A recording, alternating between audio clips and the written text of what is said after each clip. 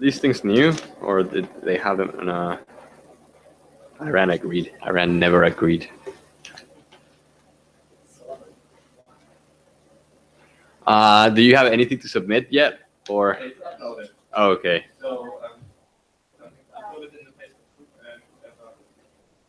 By the way, some important members of Exxon.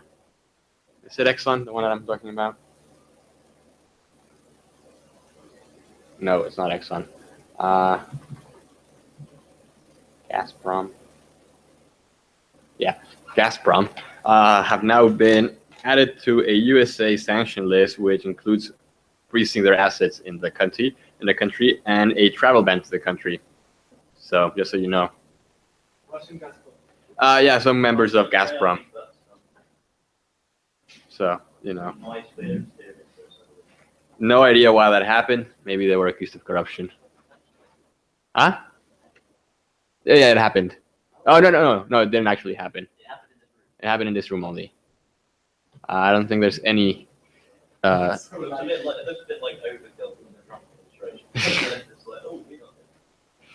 I'm not sure if there's any news about that. Anyways. Can everybody then just take like 2 minutes to read what's been uploaded? Or at least I need the 2 minutes.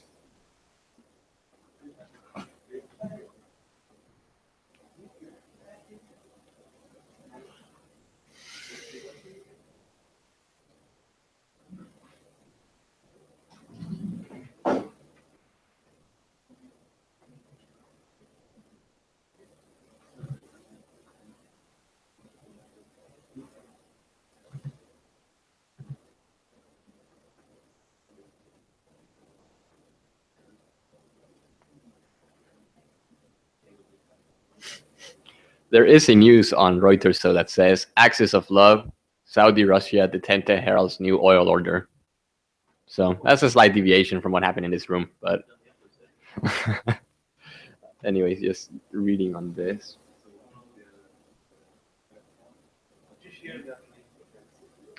It's uploaded on the Facebook group. Yeah.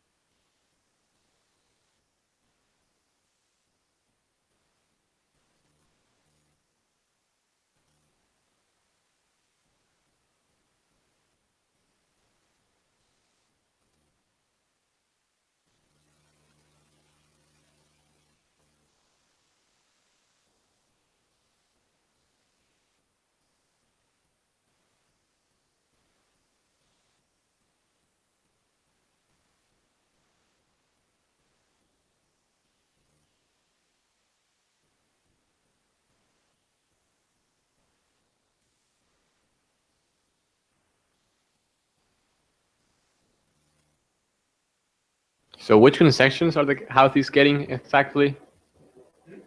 This is a matter for discussion. I think it would require a separate resolution. Okay, is there other resolution then? This is about the so in the final in clause 7, the concessions that the Hadi government gives to the Houthis in return for withdrawing from Al Hodeidah. I suggest, or it has been suggested, I should say, that like exchange in terms of the port of Aden being not surrendered, but given to a similar peacekeeping force, similar goods and personnel would be a suggestion. Would the chair think it's the place of the council to ask the government to do that in a letter, or is that for individual ambassadors to approach, perhaps?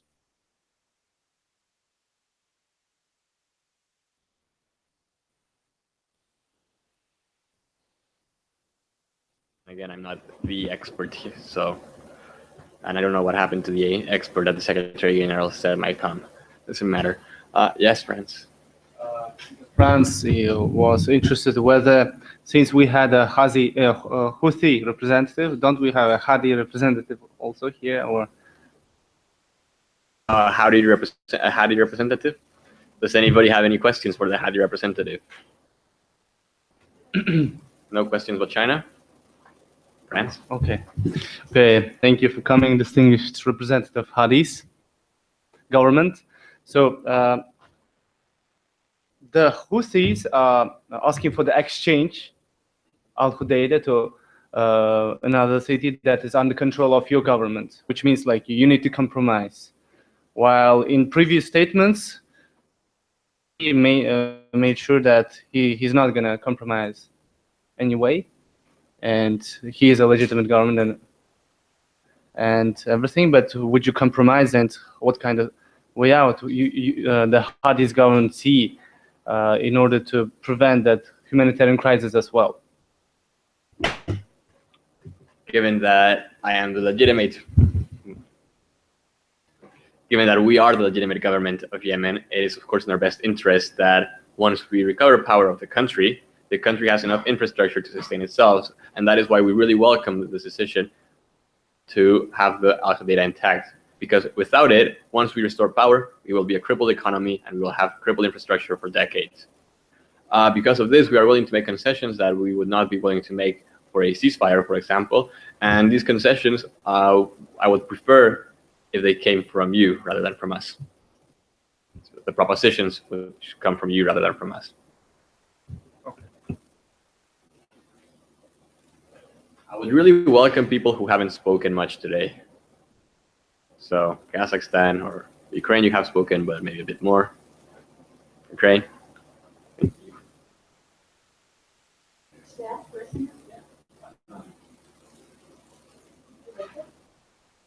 Then UK. Thank you, Honorable Chair of Hadi. So I appreciate very much your concerns and as well your in that regard, and that you're open to proposals. We have seen that the Houthi forces actually are willing to withdraw from the leader, and instead UN-led peace force will be placed there.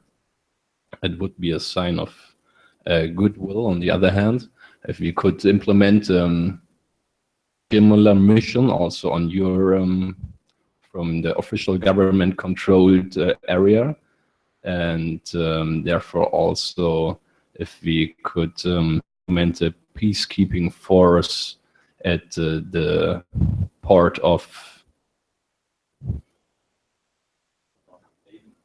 Aden, it is at the port of Aden, as a sign of goodwill, and to show that also the official Hadi government is interested in a successful and peaceful outcome of the current situation. We disagree with calling peacekeeping operation in Aden because the peace is already being kept, and the implication there is that there is no peace, which is wrong and a false claim. Nevertheless, we would be willing to give port control to some UN officials to implement a verification and inspection mechanism that is not as intrusive as the one that should be set up in Al-Hudaydah.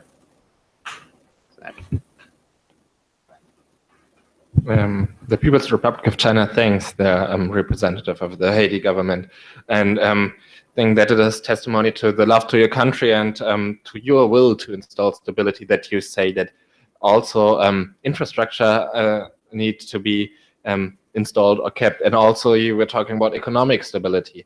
And regarding this, it looks like the one point or one reason for the civil war is the implementation of a federalism in your country. So as some people or as a group of people in the south, especially in the north of the country, fears to suffer from this federalism, the question is whether the government is willing to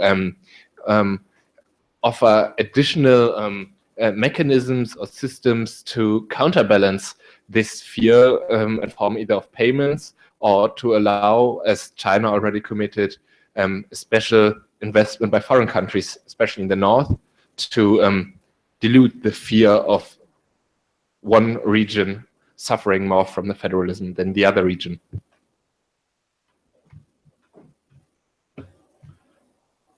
The Hadi government believes that all citizens of Yemen are equal and should therefore deserve equal treatment. The Hadi government believes it to be unfair that while a certain part of the population pays for their taxes and pays for their phone education and own streets, they also have to pay for that of another region. The United Nations is more than welcome to contribute with regions that it believes are more affected. That is, of course, not a problem with us. However, the Yemeni government itself will not provide any special privileges to any zone, given that we believe all citizens to be equal.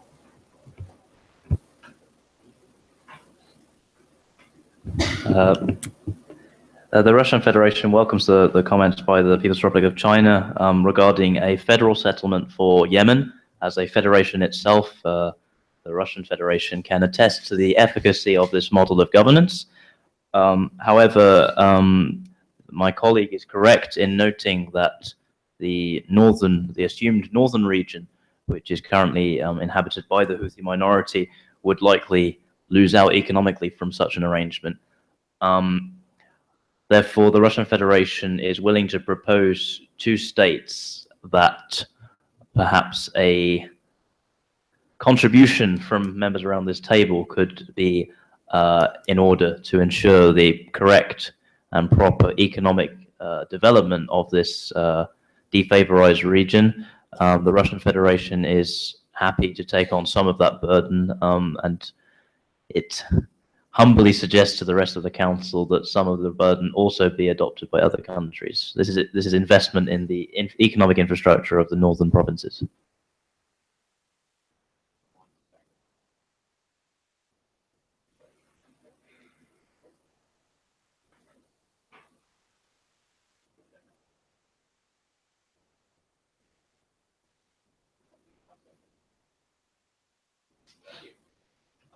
What would probably be more appropriate for a UN organ is, instead of having the bilateral trade, which is more than welcome as a directive, but it would be, for example, much more UN-like to have the financing for development, or the Monterrey Consensus, or the Development Cooperation Forum, all of these UN organizations, to have a special mission in these parts of Yemen. That would be, for example, a much more efficient option, because then you have a proper UN mechanism, which is neutral, and that is already there for the sense of developing infrastructure and so on. So yeah, these are ECOSOC, so the Security Council can refer certain matters to other bodies of the UN. So a resolution could essentially simply refer the matter of building infrastructure or so on in the region. Great. The Ukraine delegation would like to ask from the Hadi government that, as it seems to us, to the United Nations, that you have domestic problem. And as long as you have this domestic problem and you need to negotiate with Houthi government to talk and solve your own problems. And as the previous negotiation, which was held, but the other part, the Houthis, doesn't come to the table, and there was not such a kind of negotiation. And as long as it seems that you are not gonna have this, the question is that how you're going to bring peace in your own country, and how the United Nations, all these states, can help you to bring peace in your region. Like because we are here to bring peace and security to the countries. So how we can help you, how we can make your government to be united, and how we can bring peace to your country by the help of you. The first step would be France turning off his microphone. Yeah. How could you? I guess support in defeating ISIS and ACAP in the east. Efforts to create a transitional government. Economic investment in the country. Yeah, I think those are the main ways you can probably help the country. Yeah, I'm not sure if that was the question exactly, the answer you were looking for. I want to ask it again. But as it seems that this economic and all this investment and social financial support and all this you're getting, right? I mean, but we are providing that, but still it doesn't help the conflict.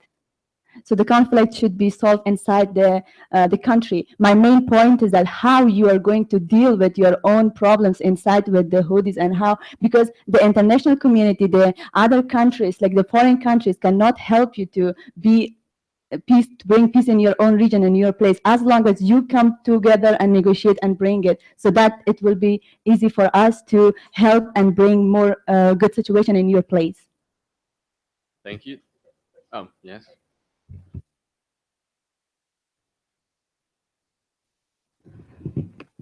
Thank you, Delegate of Ukraine. I would like to add to the question, main question also, that we had several panels and peace talking conferences as a closed conference like that, but everything just failed because international cooperation wanted to help you, but to solve this problem inside your country, each of these sides have to come with some sacrifices, what you can do sacrifice to have peace in your country. Okay, so to answer both questions at the same time and to try to keep it as realistic as possible to the real Hadi position, I would like to ask you, how much would you sacrifice in your own country? I mean, when you're talking about my country, you're talking about my people, and you're asking me to make concessions about my own country, to rule my own country, it seems a bit trivial. It's a bit redundant question. The concessions that I have to make, you should not be asking me for concessions, you should be asking the Houthi rebels for concessions. Now, on a less real position, how could you help actually? It would be by ensuring, I mean, there's a reason it hasn't been solved in years, this conflict, but it would be ensuring that a transitional government that the Houthis can agree with, and a agreement that Hadi could remain somehow at the same time in power, because that's kind of what he wants. So it's very, very delicate equilibrium between both things. So that's kind of why this committee is about that, so that you can find out how to break the stalemate, not me. So, sorry. No more questions then. I suggest we just maybe finish it now and then do the break afterwards, instead of, so yes, so that we don't lose track. So I would like to then just see maybe amendments made to that, just with the concessions that the Hadi government is willing to make, and then you can vote on them, and then we go on a break. So yeah, so to make those amendments, does anybody have any amendment prepared already? No. Then we'll break for 6 minutes suspension, but stay inside because there is a break outside. Just that you can literally just write those amendments, submit them, and then we vote on them. Okay? That sounds clear?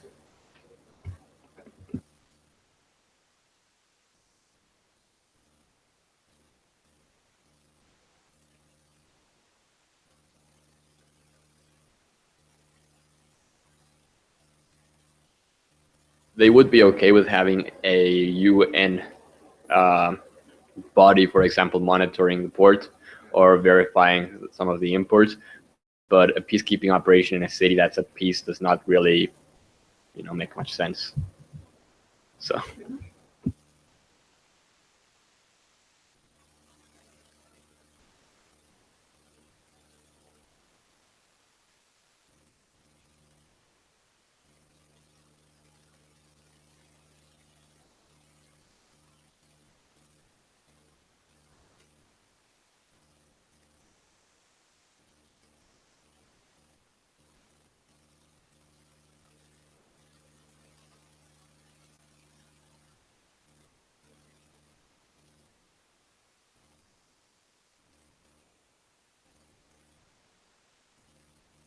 Point of parliamentary inquiry.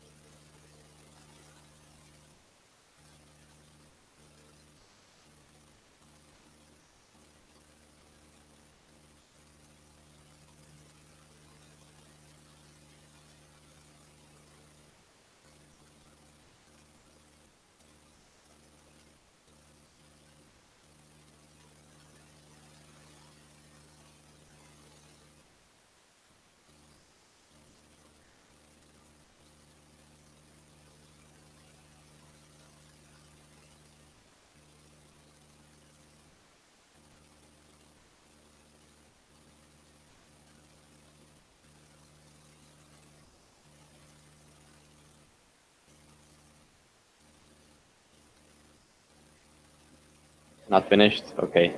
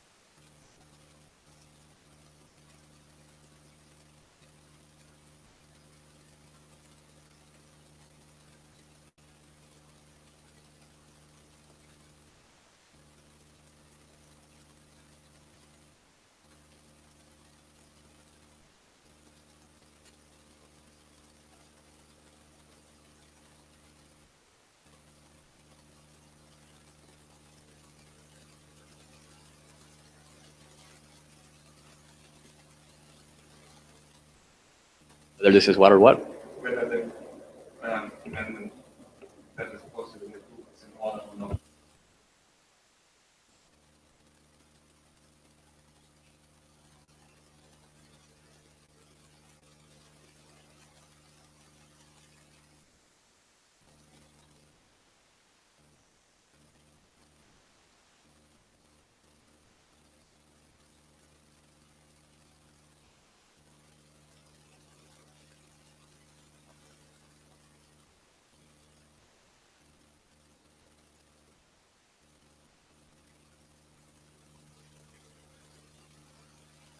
Yeah, for now that will do fine.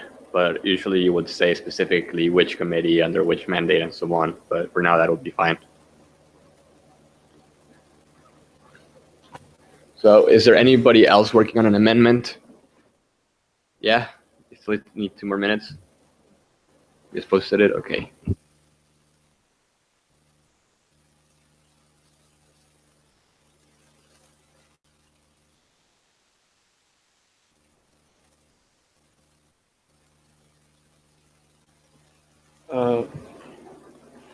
Can the delegation ask the point of information from the United Kingdom?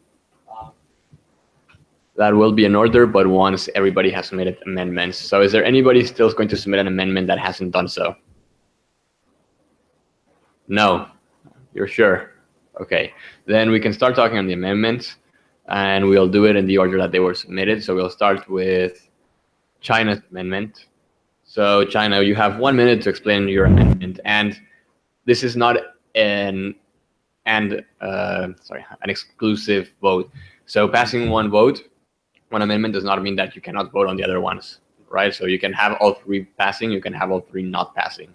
Okay, so Delegate of China, please explain your clause. Do it briefly. Yes, thank you, Honorable Chair. Having listened to the representative of the Hardy government, the idea of this amendment is to not only install safety and peace in the harbor of Hodeida, but also look in the future and guarantee a mechanism to ensure economic stability and safety, as this would also mean the prevention of a further crisis. So this amendment says that a committee of ECOSOC, can be an ad hoc committee or another committee, discusses further guidelines to suggest to the Yemeni government how they and their cooperation partners find an economic way out of the crisis. Thank you, Delegate of China. Does anybody have a question for it? Motions to move into voting procedure are in order at any point. So is there any point or motion then? Russia? That is in order. Are there any seconds? China seconds the motion. Votes in favor of adding this amendment to the resolution, please raise your placards. Votes against.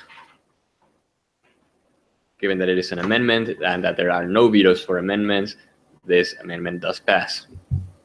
Moving on to the next amendment. Yeah. So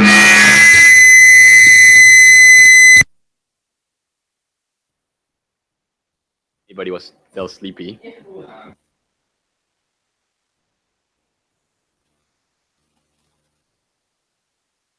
Added as clause, I think it should be 8, and then 8 should be 9.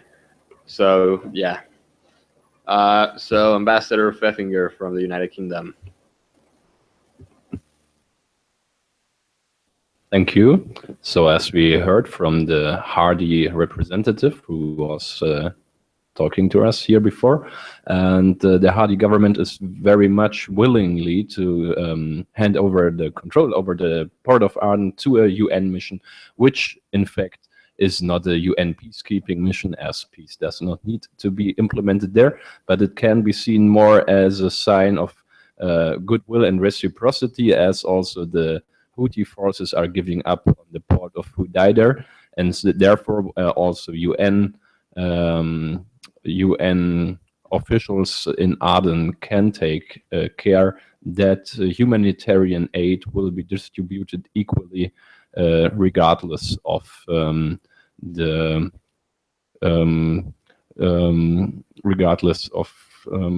is the one who will be supported by that aid, meaning that it's without limitations to the civilian population, no matter who will be aided with that. So that's a proposal to Article 7. Thank you, Delegate of the United Kingdom. Are there any points or questions? Delegate of Kazakhstan.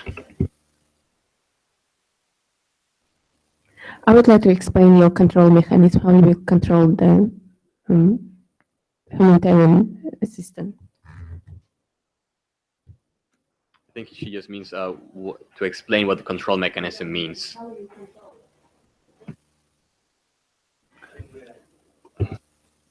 Oh, we will let him answer first.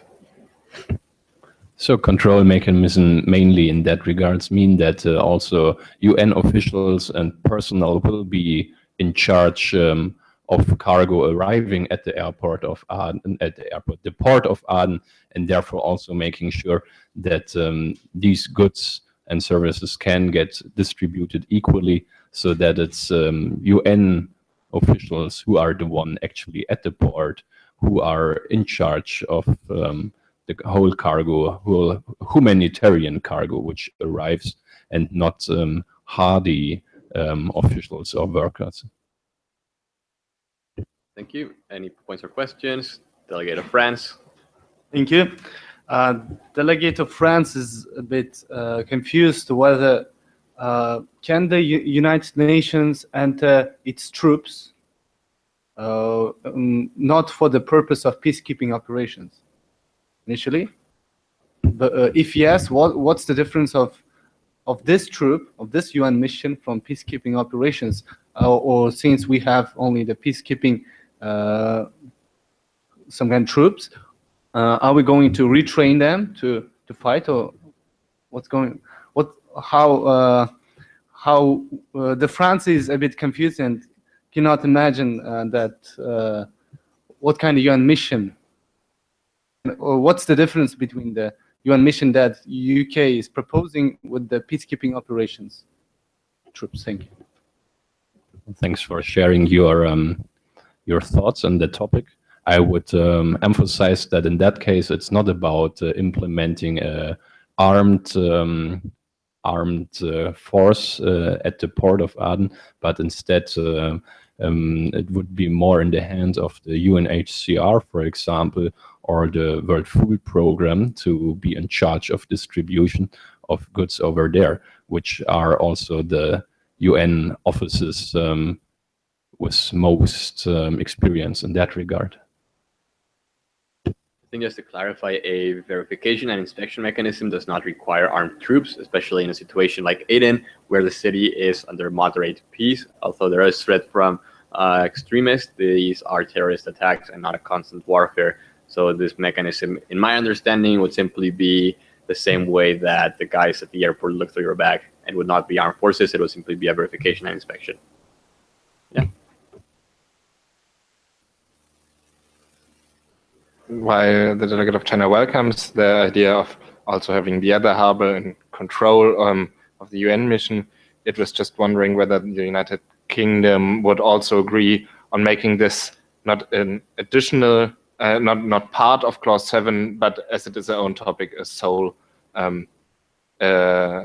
single clause by itself. Do you think it's possible to rewrite it like this and then add it as an own clause? I think in that case we should not that much argue about the form of it, but it depends on the outcome, and therefore for me and the United Kingdom, I see no problem in changing it from an amendment actually to a clause itself. If there are no further questions, a motion to move to voting procedure would be in order. The chair would echo the sentiment of China, believing that this should be its own separate clause, though. Are there any points or motions? Delegation of Russia. That is in order. Are there any seconds? United Kingdom seconds the motion. Those in favor of introducing this amendment, please raise your placards.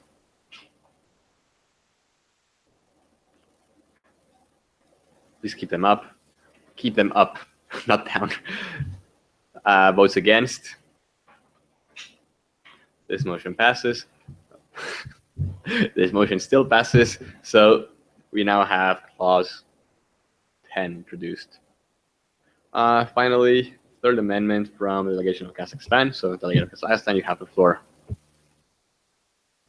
We, the delegates of Kazakhstan, listening to the representatives of Hadi, just come to the conclusion that negotiation by Yemeni delegates must be on the condition that the Security Council and the panel of experts should offers a written comprehensive plan, because the representative of the Hadi told that as a UN security and experts, we should come up to you with our peace plan. So, Just as a matter of phrasal, the way that this amendment would have to be phrased would be in a way such as decides to have a panel of experts come write a, I don't know, a 5-year transition peace plan for the government or something like that. That's how it would be written, but I will change the wording. That's fine. I think the delegate of Russia. Chair, I thank the delegate of Kazakhstan for her amendment. My concern is that in previous resolutions we have stated that a political solution to this conflict should be led by the Yemeni people themselves. So perhaps it would be more appropriate if this idea that the panel of experts offers a comprehensive peace plan were to come at the request of the Yemeni people themselves. So perhaps it would be more pertinent to wait until that request has been made to us. If we can make it clear somehow to the Yemeni, both sides of the conflict, that the UN is there to facilitate a peace plan if necessary, then I think that would perhaps be better than forcing this on them.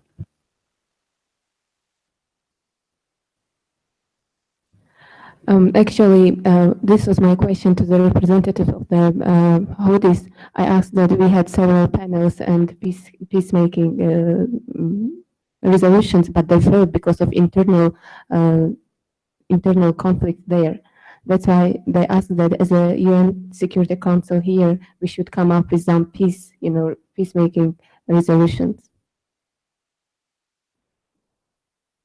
While China welcomes the idea of having also providing a neutral ground for these peace negotiations, I'm just wondering whether the delegate of Kazakhstan really thinks that the panel of experts is the right UN body to do so, as we know that there's also not always an agreement or consensus amongst the expert, and they only can act if they all agree together, or whether it's better to send our special envoy or a representative of the special envoy or a secretary of the special envoy to these negotiations, as he seems to be more competent on the issue and can act as a neutral negotiator instead of the panel of experts.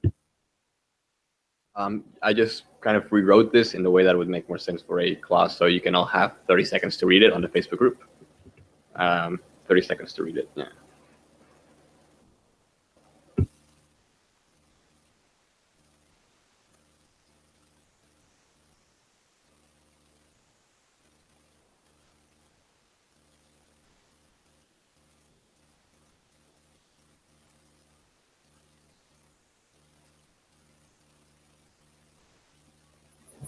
Okay, that should be about 30 seconds. So, delegate of Russia.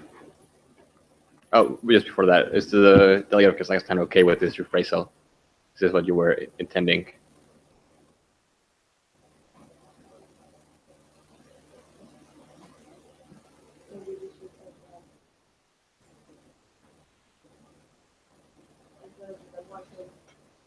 We should add the importance of the vital humanitarian needs, I mean the goods and services.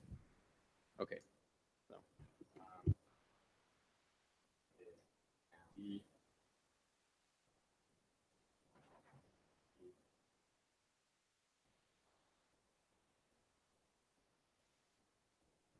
Okay, so delegate of Russia. Thank you, Chair.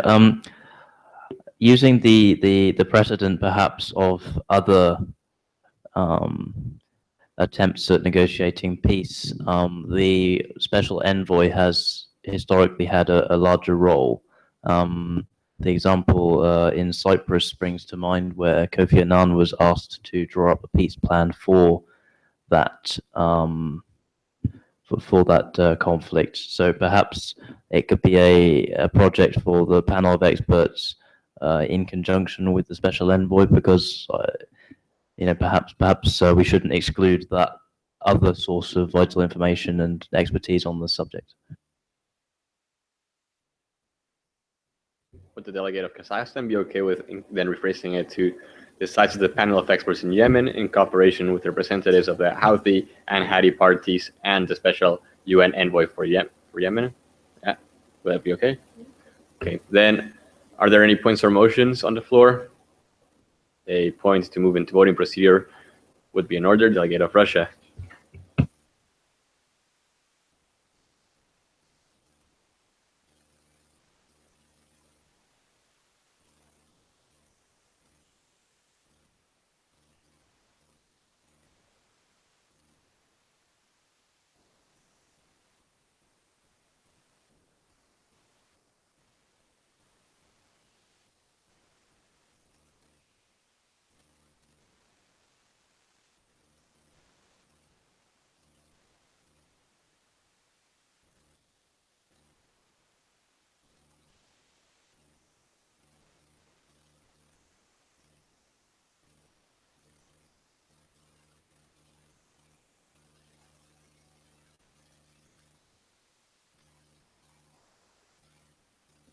Votes in favor, please raise your placards.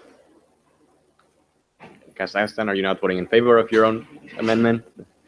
Votes against? Then this clearly passes. So now we have 3 amendments. If one delegate could please put the delegate of China, thank you. You please just put it on the Facebook group when you're done. And yeah, just to save time, I won't send it to the secretariat to print it out and so on, okay? Delegate of USA, yes? Okay, you're just fiddling around. Yeah, I think a break now.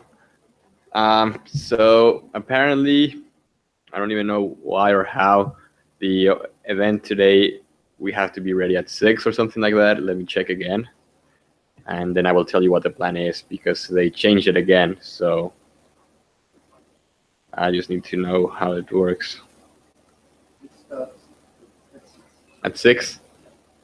Okay. That means that we don't have time to change. Oh yeah, I remember I had this conversation already today. Sorry, I'm just a bit tired. Yeah, so in theory, we were supposed to break 5:25, no, 5:15, which gave us like 45 minutes to go change and then come back here to go. It's 4:30. If we have a half an hour break, we would literally be coming back for 15 minutes of committee. Would you rather just, go another 15, 20 minutes now and then just end up an hour and a half earlier? Or would you rather have a small break now? It's up to you.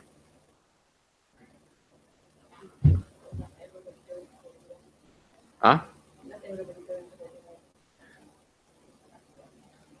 That's true. But for those who are, well, okay. Is everybody going to the event? Or is anybody not going to the event? Okay. Then what do you want? Do you prefer just going another 15 minutes further, or do you prefer having a half an hour break and then just meeting for another 15 minutes in half an hour?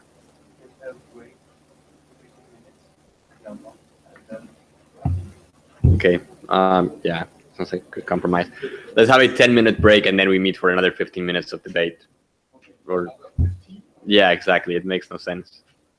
But 10 minutes, yeah, just so that you can have the coffee and the cookies outside.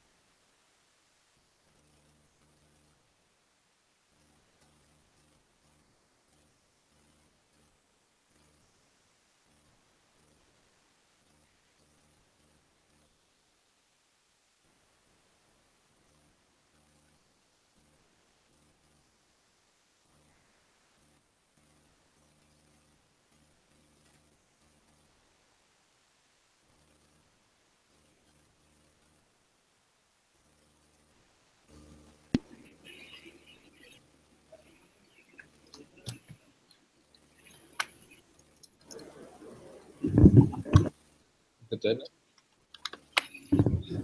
Test. Whoa. Okay.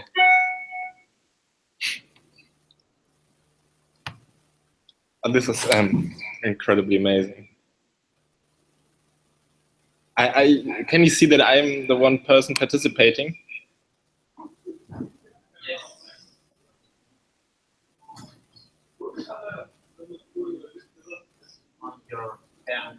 Yes. Yeah, I think it's better like this. Yeah, it's amazing. It's wow.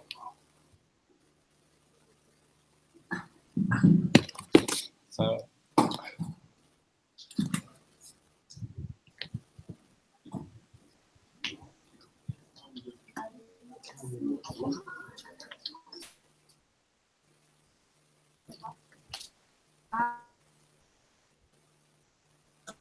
just shared with the world. So incredibly cool. I mean, You the good should thing is put it on Facebook. you participate now as well. Oh, wow. Yeah, Facebook, but share with everybody, not just with Actually, friends. tomorrow morning I don't need to be here in person. I just Yeah. can lie in my bed. UK agrees.